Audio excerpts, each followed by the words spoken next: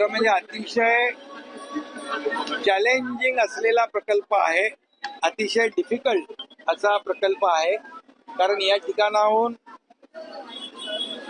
मुंबई महापालिकेच्या पाण्याची लाईन असेल, गॅस लाईन असेल, इलेक्ट्रिक लाईन असेल, अनेक युटिलिटी या इथून खालून गेलेल्या असल्यामुळे अतिशय म्हणजे कठीण हा प्रकल्प आहे.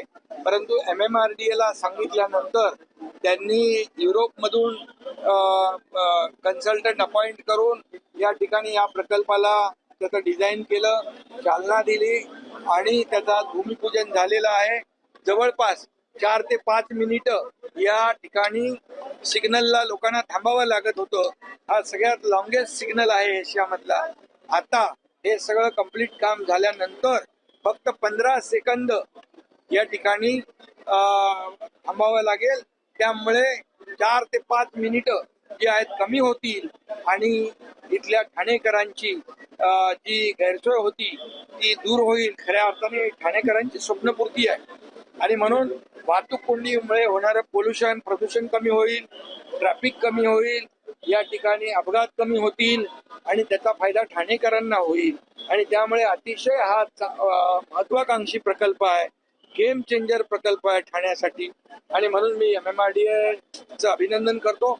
त्यांनी त्या ठिकाणी अतिशय उत्तम असं डिझाईन करून ही सगळी ट्रॅफिक डिकंजस्ट करण्याचा निर्णय या ठिकाणी घेतला आणि त्याचं काम सुरू झालेलं आहे.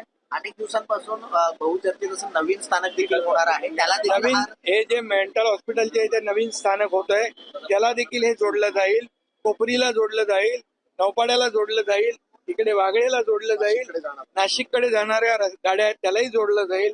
त्यामुळे 7 ठिकाणाहून येणारी वाहनं या सिग्नलवर येतात.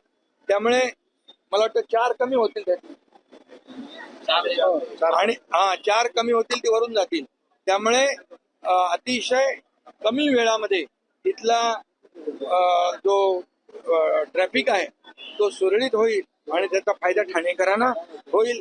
त्यामुळे मी मनापासून या प्रकल्पासाठी शुभेच्छा देतो, ठाणेकरांनाही शुभेच्छा.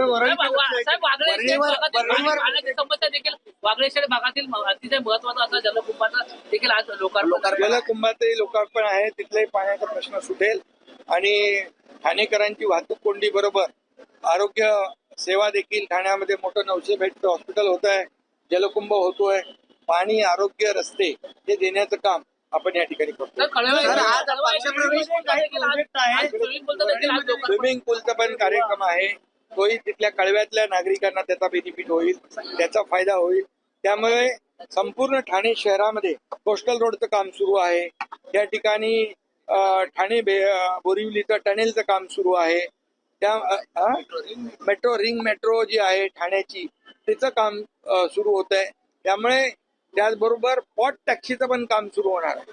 त्यामुळे लास्ट माईल कनेक्टिव्हिटी जी आहे ती देखील लोकांना मिळणार आहे आणि यामुळे ठाणेकरांना वेळ वाचेल. ठाणेकरांचा त्यांना आपल्या घरी वेळ देता येईल, कार्यालयामध्ये जास्तीचा वेळ देता येईल, एफिशियंटली काम करता येईल आणि त्यामुळे या सर्व फायदा ठाणेकरांना होईल.